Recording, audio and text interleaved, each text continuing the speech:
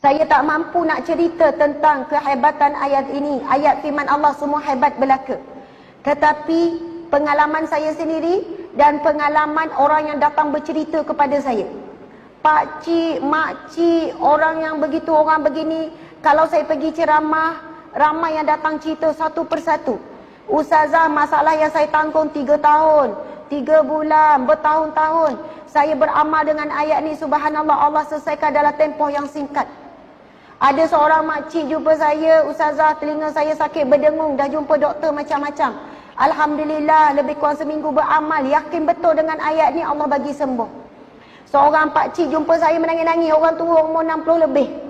Ustazah menangis-nangis, saya kata, kenapa pakcik? Ustazah, tolonglah sebarkan ayat tersebut. Pakcik alami masalah sekian-sekian, alhamdulillah 3 minggu masalah selesai. Ustazah, pakcik kerja jadi driver, bawa driver lah. Bawa van ke macam tu lah. Pakcik tak reti sangat tengok waste. Pakcik selalu sesat.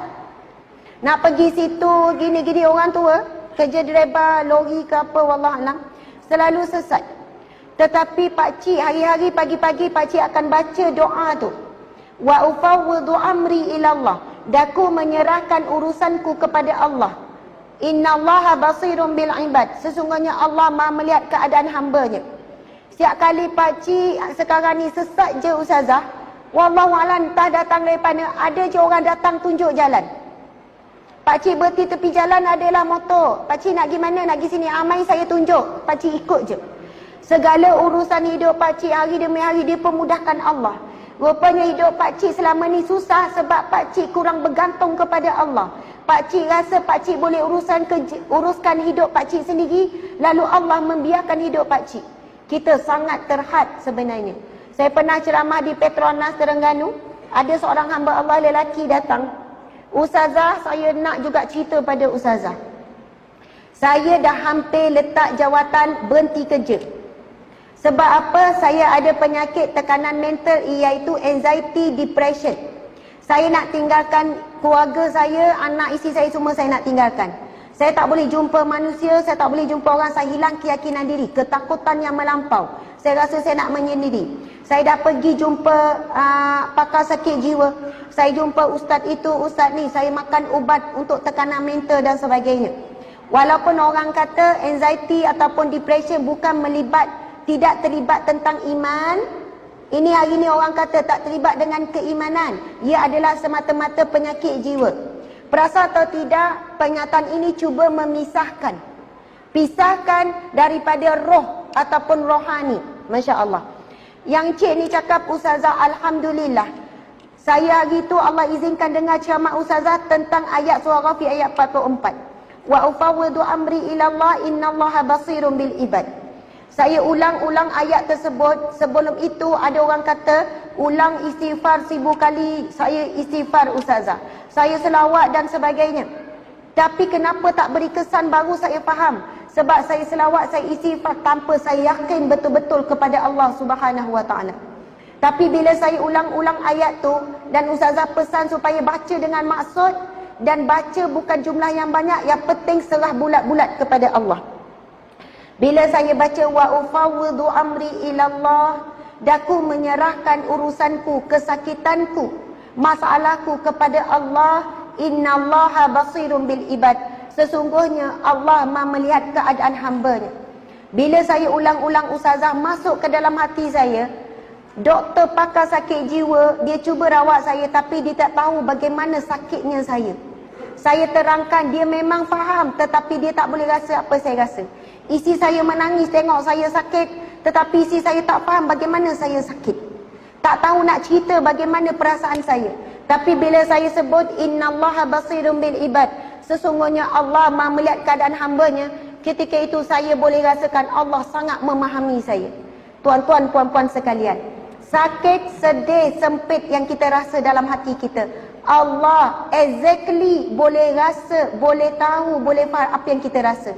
Sebab rasa itu sendiri juga adalah makhluk Allah Subhanahu Wa Taala, yang Allah berikan sifat rasa itu dalam diri kita. Bila kita sebut innallaha basirun bil ibad, Allah Maha melihat, Manusia boleh lihat kita sakit, doktor boleh bagi ubat untuk kurangkan kita sakit, tapi doktor tak boleh rasa sakit yang kita alami. Tapi Allah betul-betul boleh rasa. Allah betul-betul maha mengetahui. Bukan Allah rasa, tapi Allah mengetahui bagaimana sakit kita. Jadi ayat itu sebenarnya ia membantu kita tawakal penuh kepada Allah Subhanahu Wa Taala. Di sana ulama menyebutkan selama mana seorang hamba berdoa dengan yakin kepada Allah, tak ada ragu-ragu sedikit pun, selama itu doa pasti akan dimakbulkan oleh Allah Subhanahu Wa Taala. Masalah kita hari ini, contoh kita berdoa, ya Allah, berilah hidayah kepada suamiku agar dia pergi solat berjemaah 5 waktu di masjid. Tapi terlintas dalam hati kita, ada harapan ke? Faham tak? Kita ada rasa ragu-ragu. Ya Allah, jadikanlah anakku sekian-sekian. Nampak jalan tak anak? Suami pun sama, ada ragu-ragu. Tentang bab rizki pun sama. Ya Allah, kurniakanlah rizki yang barakah melimpah ruah. Macam ni je hidup, macam tak ada harapan ni. Masya Allah. Bila ada ragu-ragu, masuk jarum syaitan.